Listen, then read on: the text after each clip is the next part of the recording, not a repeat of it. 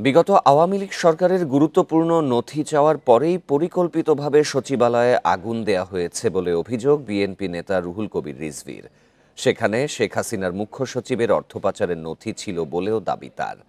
সকালে রংপুরের মিঠাপুকুরে আগুন নেভাতে গিয়ে সচিবালয়ের সামনে ট্রাক চাপায় নিহত ফায়ার ফাইটার নয়নের স্বজনদের সঙ্গে দেখা করে এসব কথা বলেন তিনি।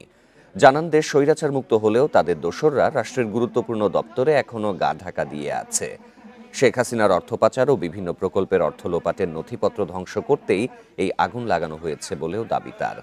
আর এসব ষড়যন্ত্রের কারণেই নয়নের মতো ত্যাগী ও নিরীহদের জীবন যাচ্ছে বলেও জানান রুহুল কবির রিজভী। অত্যন্ত গুরুত্বপূর্ণ জায়গায় তারা রয়েছেন, ঘাপটি মেরে আছেন, এটা বলা যেতে পারে। তারা ঘাপটি মেরে আছেন, কোথায় কি নাশকতা, কোথায় কি চক্রান্ত করছেন তার কোনো ঠিক নেই।